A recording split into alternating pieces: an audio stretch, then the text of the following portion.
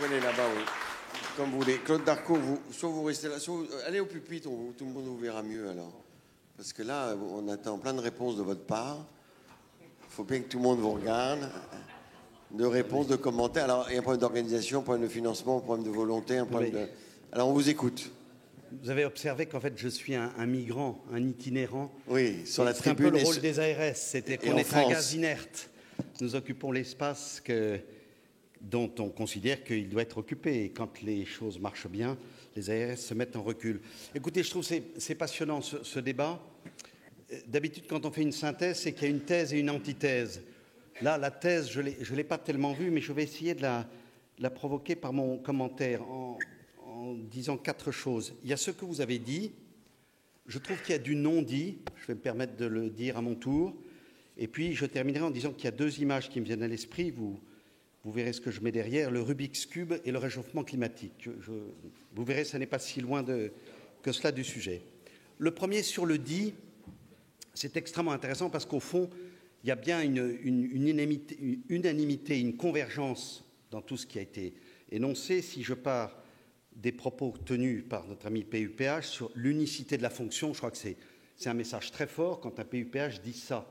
Quand on lit les livres et la littérature, on voit bien que cette position, elle n'est pas partagée et pourtant elle est évidente. Et pour un patient ou pour un client, il n'a pas envie de savoir toutes ces catégories et ça l'apaise de savoir que le message qui est donné, et d'abord par les pouvoirs publics, c'est qu'il y a bien l'unicité de la fonction, quels que soient les positionnements que l'on a. Et je crois que c'est important de le rappeler et c'est important pour la médecine libérale de l'entendre de la part d'un PUPH.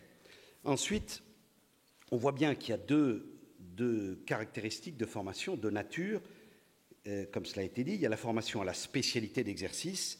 Et puis, il y a la formation à l'exercice médical. Et dans cette formation à l'exercice médical, on quitte le champ de la technicité pour être dans le relationnel, dans des questions administratives, dans des questions de gestion pure.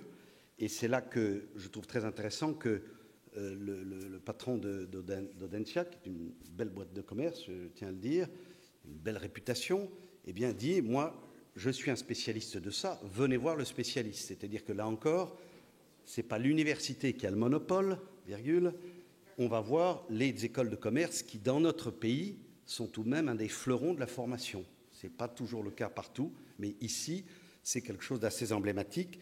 Et on voit très bien ce qui est en train de se faire entre le CHU de Nantes et on en repart en disant pourquoi ça ne se ferait pas ailleurs, puisqu'il y a un maillage en école de commerce qui est tout à fait remarquable. Ensuite, il y a ce focus que j'ai trouvé très passionnant parce que extrêmement concret. Quand on parle médecine libérale, on parle beaucoup généraliste, et ça c'est vrai que c'est le premier recours, mais en même temps il y a en France, si j'ai bien compris, les spécialistes libéraux, et ça c'est une des forces de frappe, c'est une des caractéristiques de notre système. Et donc c'est tout à fait intéressant de voir que même dans des territoires qui sont en difficulté, il y a une forme de motivation incroyable, et parfois c'est la pénurie, c'est la difficulté qui crée le sursaut. Et je pense qu'on a beaucoup de choses à tirer de ce que vous avez dit, à la fois dans l'URSPS Centre et Occitanie. Et puis, toujours dans les dits, je vois l'importance de l'appui réglementaire. C'est-à-dire qu'on a toujours tendance à dire tout ça, c'est des textes, on n'y comprend rien, mais vous avez bien fait de rappeler qu'il y a... c'est pas inutile d'avoir un texte réglementaire, n'est-ce pas, hein? Alors, il fait peut-être 200 pages, n'empêche que on peut s'emparer de ce document, ça veut dire que la puissance publique a fait son boulot, la structure de régulation au niveau central a pris conscience d'eux et est arrivée à redéfinir un cadre réglementaire, et ça vous donne, vous, les leviers pour avancer. Ça veut dire qu'à contrario, quand ces leviers réglementaires n'existent pas, eh bien, on est bien démunis. Et donc cette interaction entre la base et le sommet, elle est tout à fait essentielle. Et puis, il y a le côté, dans ce que vous avez dit, je trouve très intéressant, on prend cet espace qui nous est offert, c'est-à-dire que c'est bien le propre du libéral, c'est que c'est son initiative qui peut faire changer les choses. Ça, c'est le dit, et il y a certainement d'autres points que j'ai oubliés. Je devrais dire, pour avoir une connaissance ancienne avec M. Le Pelletier, que je sais aussi, quelquefois, de la part de nos amis internes, ce côté un peu paradoxal de leur demande, mais ça fait le charme de la relation avec ce que nous étions il y a 40 ans, donc on ne le regrette pas. le non-dit, moi je suis très frappé de ce que, je le dis ici, je crois qu'il n'y a pas beaucoup d'universitaires, mais de l'extérieur, et moi je le vis en PACA, je dis toujours au U qu'il ne se construira pas sur les décombres du H ou du L. Et je suis très frappé de ce qu'il y a une lutte entre des cultures et il faut que ça continue. Très clairement, j'entends toujours ce qu'on me dit sur l'universitarisation, etc. Mais quand je traduis universitarisation et pouvoir universitaire, j'ai envie de faire demi-tour. Et je pense que là, il y a des conflits de culture. Le monde libéral doit prendre sa place et occuper plus de place dans la relation avec l'universitaire. Et je ne sais pas s'il y a des gens des pouvoirs publics ici, mais je suis soucieux de voir ce poids croissant de l'université. D'ailleurs, c'est un poids de masse, parce que, évidemment, quand vous avez l'université d'Aix-Marseille, qui est une des seules qui existe dans le classement de Shanghai, dire à l'université, on vous aime bien, mais si vous pouviez laisser un petit peu de place aux autres, ça nous irait aussi.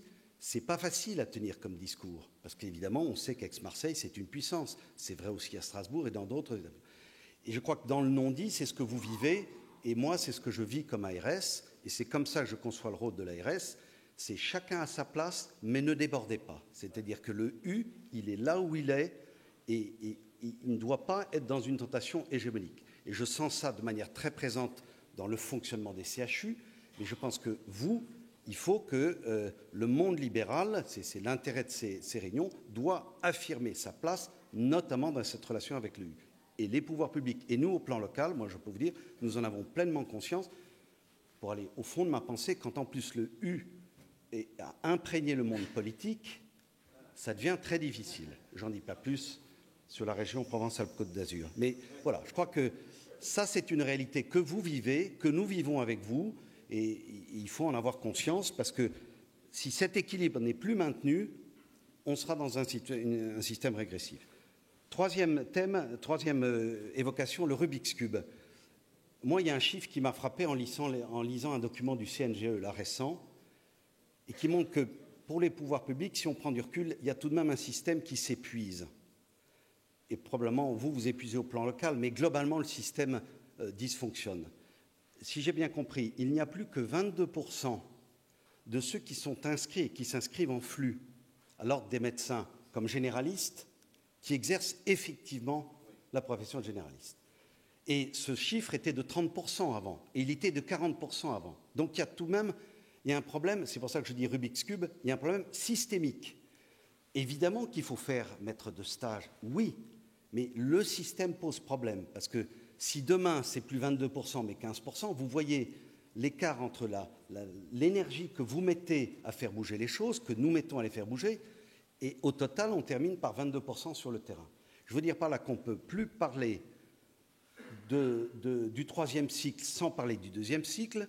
On peut plus, vous parliez de la formation et du poids que ça représente pour les maîtres de stage. Moi j'ai toujours en tête l'exemple des ophtalmologistes. 8 mois pour avoir un rendez-vous. Ça, c'est pas possible en 2017. Mais quand on veut démonter ça, ça renvoie à la relation entre l'ophtalmo et l'orthoptiste. Quand on parle de l'orthoptiste, il faut mettre le nez sur la formation des orthoptistes. Le fait qu'eux aussi ne trouvent plus de maître de stage. Le fait que cette question-là est négligée au plan local. Je veux dire par là que faire le focus uniquement sur le sujet qui nous intéresse, en réalité, c'est là que c'est très compliqué, c'est qu'il faut élargir complètement le scope, parler du deuxième cycle, parler des paramédicaux, parler de la délégation de compétences, parler de la télésurveillance. Et il faut certainement avoir fait Polytechnique ou ce genre d'école pour avoir, ou les études de médecine, pour avoir la capacité à intégrer toutes ces données et à proposer un système qui rétroagit positivement. On voit bien les inconvénients de certains aspects négatifs de la réforme actuelle que vous pointez et qui sont des effets globalement négatifs. Donc cet aspect Rubik's Cube, c'est-à-dire que c'est le jour où on aura aligné toutes les couleurs sur toutes les faces qu'on pourra considérer que le problème est traité. Et puis dernier commentaire, c'est le réchauffement climatique. C'est peut-être ça que je trouve le plus difficile à gérer pour vous et pour nous. C'est qu'on sent bien que dans certains territoires, c'est aujourd'hui qu'il faut traiter le sujet, alors que comme certains chefs d'État étrangers, on a le sentiment qu'il n'y a pas de problème. Pourquoi est-ce qu'on se prend la tête alors qu'au fond, Ben non, 1 degré, 2 degrés, non. Je pense à PACA, je pense à l'Alsace, je pense à ces territoires qui ont un atout extraordinaire parce que c'est des territoires qui attirent, parce que dans les codes contemporains, on est attiré par telle ou telle donnée. Mais je pense que demain se traite aujourd'hui. Et c'est difficile pour vous de faire prendre conscience à une communauté de travail que ce n'est pas parce que ça va bien aujourd'hui que ce n'est pas maintenant qu'il faut prendre les décisions qui nous éviteront les difficultés demain. Et c'est pour ça que je trouve tout à fait remarquable et passionnant les exemples que vous donnez. Parce qu'en Normandie, c'est aujourd'hui que se pose le problème. Dans le centre, c'est aujourd'hui que se pose le problème. Dans la Meuse, que je connais bien, c'est le territoire où il y a le plus de maisons de santé pluridisciplinaires en rapporté au nombre d'habitants. Mais parce que la Meuse, elle est au fond du trou. Et d'ailleurs, grâce aux maisons de santé pluridisciplinaires, le nombre de médecins qui s'installent compense exactement le nombre de médecins qui s'en vont. Donc cette problématique qui est un peu de type réchauffement climatique, c'est aussi, à mon avis, ce qui se pose. C'est aujourd'hui dans un certain nombre de territoires qu'il faut essayer de trouver les solutions qui nous éviteront demain les difficultés que d'autres connaissent. Voilà ce que je retiens de ce débat tout à fait passionnant. Merci beaucoup. Attends, je vais poser une question. Est-ce que vous aussi, vous voyez l'alignement des planètes à votre niveau, au niveau de l'ARS quand même? Quels sont les leviers que vous avez pour faire avancer les choses? Alors, au niveau du financement, par exemple. Deux réponses. D'abord, je pense que quand il y a des jeux aussi contradictoires, dans notre vocation de gaz inerte, oui, l'ARS a un rôle à jouer. C'est sur des points parfois très particuliers. Vous avez parlé des coordonnateurs. On va se dire les choses. Moi, j'ai vu plusieurs cas où il y a, pour des rivalités interpersonnelles, quelqu'un qui pouvait être agréé comme maître de stage ne l'était pas. Mais dans ce cas-là, il faut quelqu'un qui a son sifflet à roulette et qui dit « ça, vous ne pouvez pas le faire ». Ce n'est pas facile à dire. Hein, pour faire ce que... Bon. Donc, un des rôles de l'ARS, c'est ça. Évidemment, c'est aussi le rôle de mise en relation. Mais ça, vous l'avez indiqué, c'est aussi un peu dans vos gènes. Et dans la mise en relation, parfois, ça vaut la peine de mettre un peu d'argent pour aider à la relation. Je le dis en pensant à mes amis du RPS, Laurence Cabano et ses collègues. Nous, on est en train de signer un CEPOM, un contrat pluriannuel d'objectifs et de moyens, pour caler notre relation avec l'URPS sur, en gros, les 3 années à venir. Et on met de l'argent là-dedans. Mais on se met d'accord sur un travail commun. Donc ça, c'est le rôle... Voilà, j'espère que je n'ai rien trahi. Bon. Non, ils ne sont pas d'accord. Bon. Le document est prêt. Attends. Voilà. Donc ça c'est sur le rôle de l'ARS. Alors maintenant, j'ai laissé partir la deuxième partie de la question. Non, le financement, l'aliment des planètes. Est-ce que les leviers vous avez... Voilà. On ne peut qu'être optimiste quand on vous entend. Moi, il y a une chose qui me tenaille, c'est le temps. Le temps nous est compté. Et c'est peut-être là qu'on a des difficultés dans la relation au plan local. Parce que les pouvoirs publics ont une forme d'impatience. D'ailleurs, il faut qu'ils se la retournent vers eux. Et ils le font. Et on sent bien que chez vous, on touche à des éléments de culture. Et il faut respecter les cultures. C'est d'ailleurs ce qui fait la richesse de ce bon pays. Et parfois, c'est là qu'il y a un décalage. Et j'ai des exemples très concrets que m'inspire mon passage dans les différents territoires. C'est qu'on voudrait tellement que vous compreniez cette exigence du temps. Mais vous-même, vous êtes aussi tenu par une base, par des mandants qui vous disent « Attends... Et donc, cette question du temps, c'est peut-être le plus gros challenge. C'est-à-dire que l'on comprenne tous qu'on ne peut plus évoluer au rythme qui était celui des années précédentes. On n'a pas parlé de l'évolution technologique, c'est aussi une des contradictions. Voilà, on a beaucoup parlé hier. Aujourd'hui, voilà, donc j'en parle pas. Avec le toucher du malade surtout. Claude, voilà, merci. Tu as dit tout à l'heure qu'il fallait que l'université reste à sa place, justement. Mais tu n'as pas tellement parlé du rôle quand même des doyens. Vous en avez un tout petit peu parlé tout à l'heure. Tu viens de dire que tu as fait pas mal de territoires. Tu as fait trois régions. Si on prend Jean-Yves, à vous deux, vous avez fait 6 régions en France sur les 13 qui existent aujourd'hui.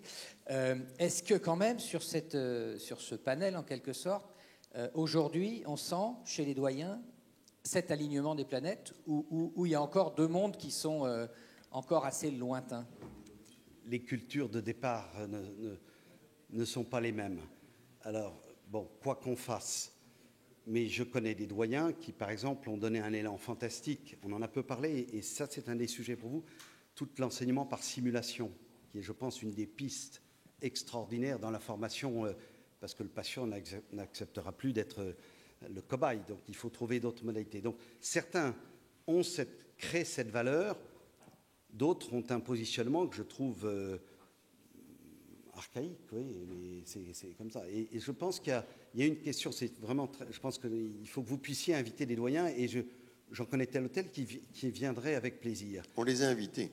Ouais. Mais il se trouve que ces jours-ci, ils sont en réunion à Paris. Oui. Voilà. Mais là, il faut... Parce qu'on a essayé toutes les villes de... Mais avec Mme Richard au ministère, pas avoir trop d'illusions là-dessus. Confiant quand même. Bon. Oui, mais ils sont en réunion. Et puis, mais Nantes, la Baule, c'est 1 heure de plus. Ouais, Non. Bon. Merci.